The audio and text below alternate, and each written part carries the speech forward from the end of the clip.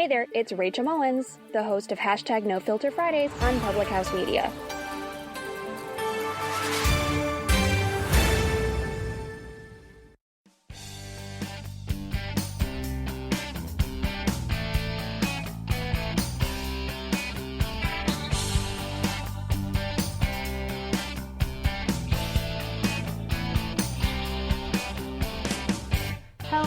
Hello, welcome, and thank you for joining the Confessions of a Military Spouse podcast. I am your host, Jenna. I am a military spouse of 10 years, a health and fitness enthusiast, that's kind of been lacking a little bit, a mom, and a registered dental assistant. Again, I want to thank you for being here with me today, and if you find that today's episode or any other episode that you listen to really sits with you or resonates with you, or you know someone that could greatly benefit from hearing either this episode or any of my other episodes, I really encourage you guys to share it. Also, I so greatly appreciate any and all feedback.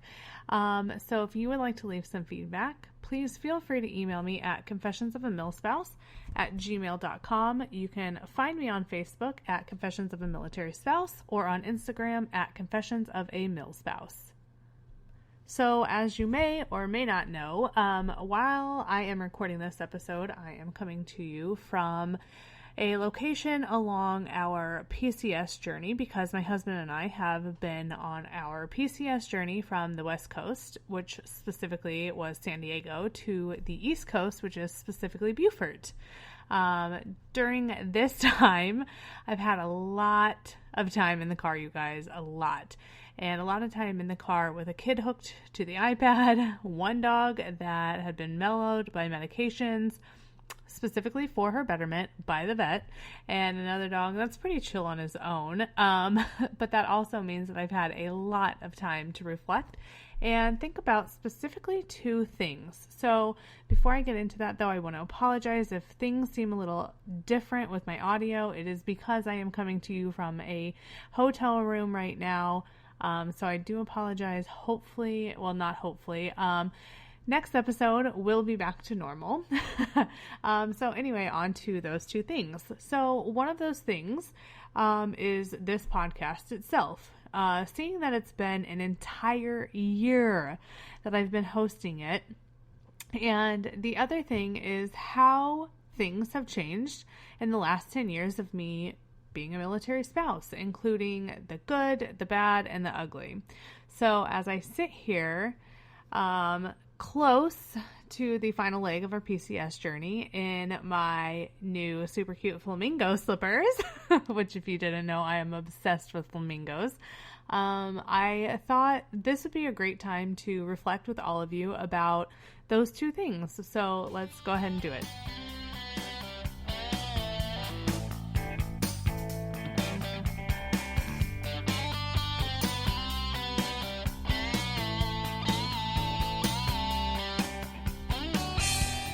Let's start with the reflection of this podcast. When I started this podcast, it was like my favorite rapper Nelly said, it was only just a dream. I remember there would be so many times that my husband and I would either be on the couch or in the car or at dinner, wherever, and I would read something or I would hear something, see something, experience something, and I would bitch to him about it, and then it would usually be followed by the comment, quote unquote, only in the military. We joked for a long time that we should write a book about the crazy shit that happens in the military, and that it would be a #1 seller and people would relate to it so much. And then we would usually laugh pretty hysterically about it, mostly because we didn't actually think those things about that, but also because it really is true and sad that there literally are so many things that happen to military families that we probably could write a book about it, but that it would also be so relatable. When I really started thinking about hosting a podcast, though, I wondered, where the hell would I even start? Literally the exact words that went through my mind. So I, of course, took to the interwebs and began Googling how to start a podcast. And it came up with the obvious of a microphone and a computer. all right, fair enough. Like, I deserved that. But then once I dug further deeper into what it took to start a podcast, it would talk about podcast platforms and producing it and editing it and music. And that's pretty much when I stopped reading, because all of that was way too overwhelming for me. I had no clue how to edit anything or add music to anything, to be honest. And it seemed like a lot of work, and I just was not about that life. At that point, though, I was super into personal development, which, if we're being honest, is something that I need to get back into. But I started listening to podcasts on my way to work pretty much anytime I had free time. And one of the podcasts that I listened to was Dr. Mariah White, who hosts the podcast Your Life Matters. And to be honest, I'm not even 100% sure how I found her. I think maybe we connected through Instagram because of Beachbody coaching, and she was probably promoting her podcast then, because I started listening to it right as it came out, but I'm not 100% sure. Anyway, I started listening to her podcast, and I would hear the quote-unquote advertisements for the brought to you by. And I listened for a few weeks before I thought to myself, maybe I should research this company that's like, oh, brought to you by. And I think before I even did that, though, I reached out to Dr. Mariah White and asked her about her podcast and how she got started and if it was easy to get started, etc. And I think we chatted briefly, and I finally decided to research the company who was publishing her podcast, which was, you guessed it, Public House Media. I went to their website to try to get more information about the company and make sure they were legit, which, looking back now, sounds so silly because they had produced another podcast, but, it's the 21st century. But when I got on their website, it said that they were now accepting applications for new shows in the following categories, or something along those lines. Well, not to my surprise, a military spouse was not one of those categories that they were currently seeking, but it also said other at the bottom, or something along those lines. So I decided to go for it. I found out what it took to submit a show idea, and I recorded the snippet of my show that the company requested and sent it to them for review. And it seemed at the time like an eternity to hear back from them, but I know it probably wasn't more than a few days. And before I knew it, I was speaking with Baxter, who is the founder and owner of Public House Media. And I've actually become really good friends with he and his wife now because of this. And he put an offer on the table for me to team up with Public House Media, and Confessions of a Military Spouse was born. Now, why is it important for you to know all of that background, though? Well, a few reasons. Number one is to show you the amazing connections and friendships that you can make simply through networking and listening. Like, I am one of those people that I truly believe everything happens for a reason. And I absolutely believe that Dr. Mariah and I connected for a greater purpose. And yes, part of that purpose was this podcast and Public House Media, but also for the friendships that have come from it. Another reason I feel it's really important for you to know the background is because in this time of reflection, like, I never in my wildest dreams thought that this podcast would reach as many people as it has. Before I started, I told myself, you always go through the what ifs, right? I mean, when you start anything, a new job, a move, whatever, you always go through the what ifs. Well, what if I fail? What if I'm not good? What if I'm not as good as I think I am? The list goes on and on. So before I started this podcast, my biggest concern actually was not what if I failed, but the negative feedback that I would get from talking about this stuff. So I sat down and I told myself, I said, okay, if my podcast impacts just one person positively, then it was worth it. And I cannot tell you how blown away I am by just how many people my podcast has actually reached, touched, and impacted. When I tell you that I love to hear from you, whether it's good, bad, or indifferent, like, I truly mean it. even if you reach out to me to tell me that you're on a PCS journey and are listening to my podcast during your travel, or that you have listened to every episode because you can totally relate, or even if you reach out to me and tell me that you think my podcast is total bullshit and you can't stand it, well, you know what? Honestly, I'd be happy to hear that too. So as I've been reflecting on the last year of this podcast, I have to say that I am completely at a loss for words with how thankful I am for each and every one of you. Also, how thankful I am for this military life to give me so much to talk about. Just kind of funny, but seriously, it blows my mind to know that my words have impacted the lives of so many other military spouses.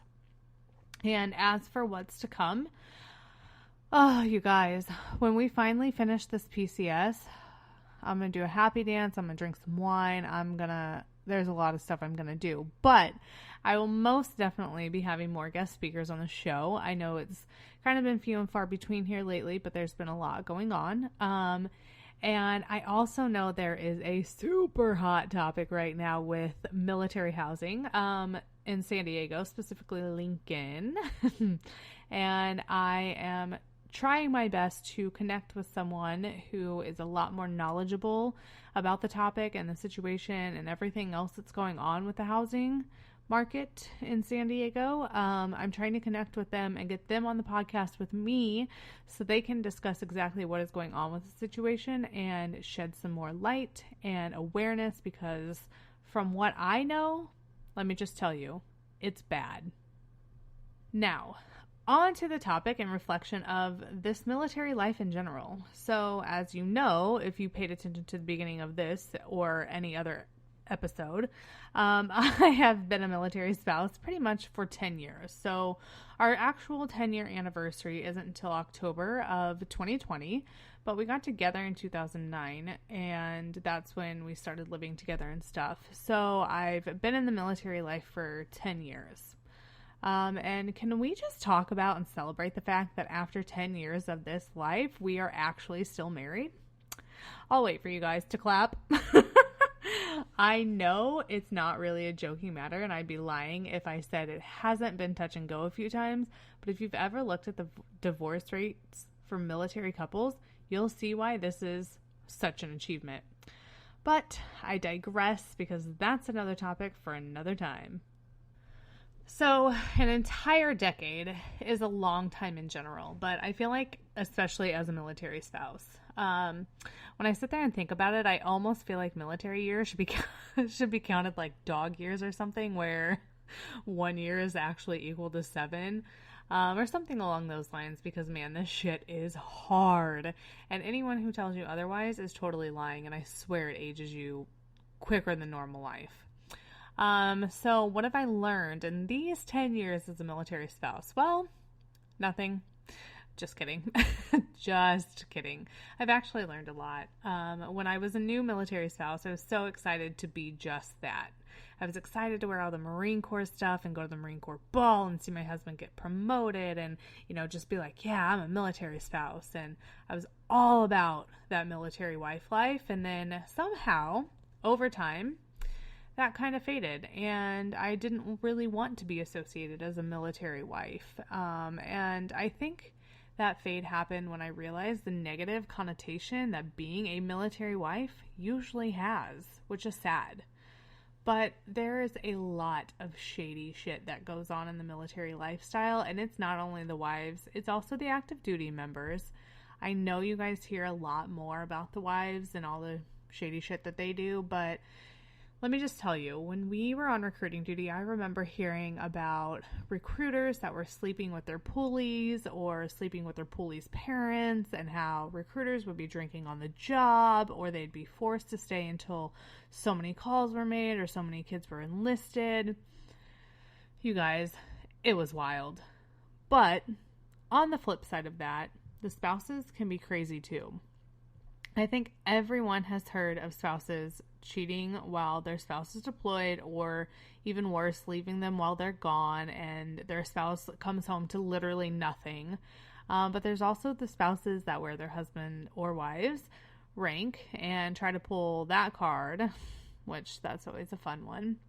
Then you have the spouses that are literally just batshit crazy and really, really mean, and they are the bullies that just bully other spouses and put the new spouses down, and it's a crazy world out there as a military spouse. So I'm really not surprised that new spouses come in with all this hope and glimmer in their eyes, and it's quickly crushed, and it puts them in a place of not being quote unquote proud to be a military spouse.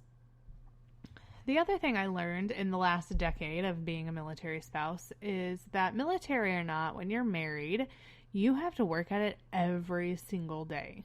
Like, there is never a time you can stop working at it and have a successful marriage. Now, being a military family, I think, complicates that even more. And sometimes it makes it harder to do. And what do I mean by that? Well, the first thing that comes to my mind is when your spouse is deployed and in a completely different country where you guys are like 27 hours apart.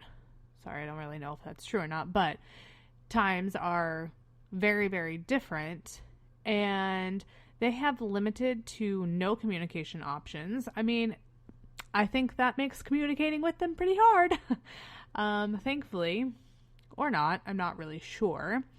My husband deployed back-to-back early on in his career when we weren't together.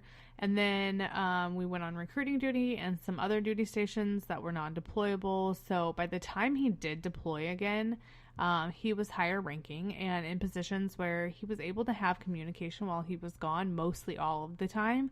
But even then, it did not make it super easy. Like, we still had to work at it every single day whenever we had the chance to. When I was first a military spouse, I honestly didn't want to know much about what my husband did in the military. Like, I knew he was in logistics, but to be honest, that was about it. And that was all I felt like I really needed to know, honestly. I had no understanding of the military and what he actually did for the military. Like I said, I knew he was in logistics, but that was it. I would basically tell people that he played real life Tetris, but I don't think that was actually the case looking back now. And now that we're 10 years into this life, I definitely regret that. I regret not pushing to know more and not pushing to understand. And so now that we're 10 years into this life, I'm trying to make up for that 10 years that I quote unquote neglected in understanding him and his role in the military. One thing that I did understand pretty well, or I think I understood pretty well, was recruiting duty. And to be honest, I'm not 100% sure how we survived that, but we did. And we actually were sitting together the other day and we're talking about it. And we both agreed that something we think that played into our favor was that we were both really young when we were on recruiting duty and we had no kids. Because we think about recruiting duty now, and if we ever had to go back, we know and understand that it would be an extreme struggle for us.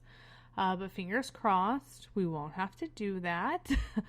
And I've always joked about not knowing what my husband actually did in the military, but the older I've gotten, the more time has gone on, I realize that it's only quote unquote hurt us in the long run, because without understanding that, I can't fully understand him and what drives him and maybe what brings him home in a bad mood from work, and, you know, the things that he can talk about, what he's talking about.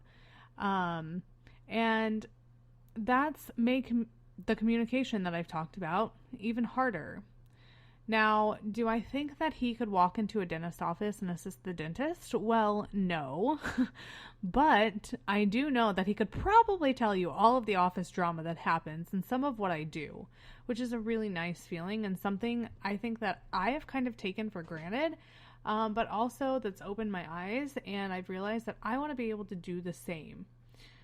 So I highly encourage you, all of you spouses, to take the time to really understand what it is that your spouse does in the military and their job, as it's ever changing and ever evolving, and every time you go somewhere else it's going to be something different, but it'll give you so much of a greater understanding of them and why they are the way that they are sometimes.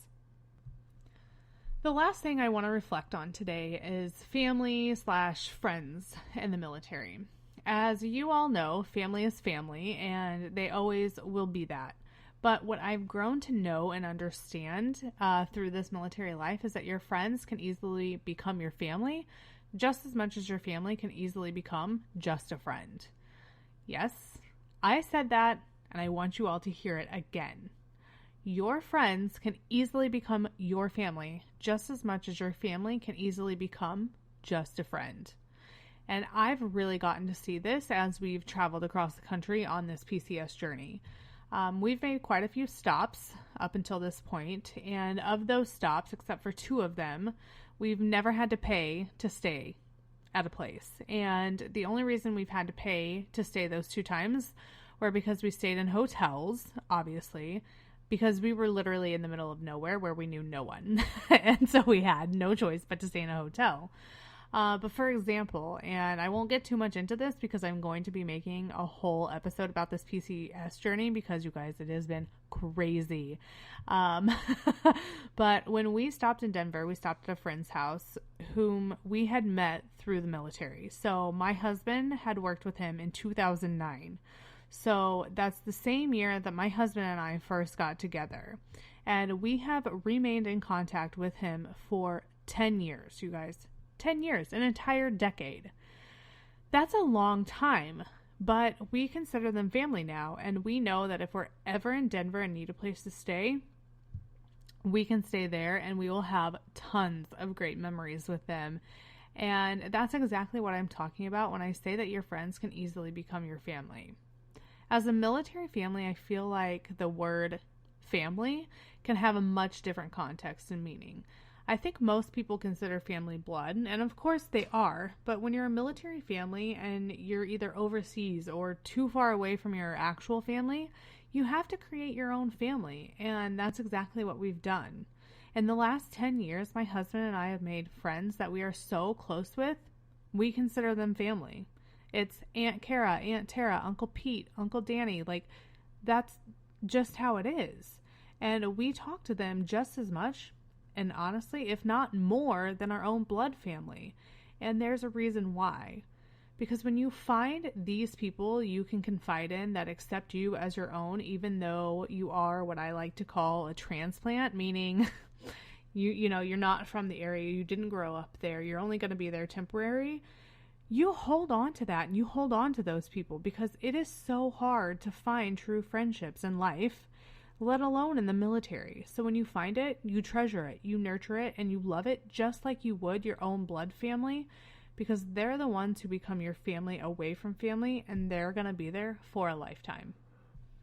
The military lifestyle is truly a blessing, even though when Murphy's Law of Deployment or Murphy's Law of PCS is happening, it's hard to see and understand that.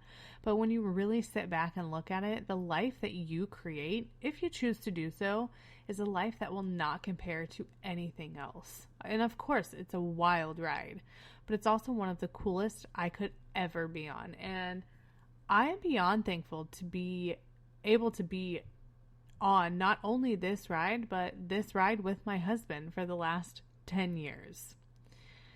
Thank you so much for being here with me today. If you loved this episode or any other episode, make sure that you hit subscribe on your favorite podcast listening platform so you never miss an episode. And I can promise you there are some good episodes to come.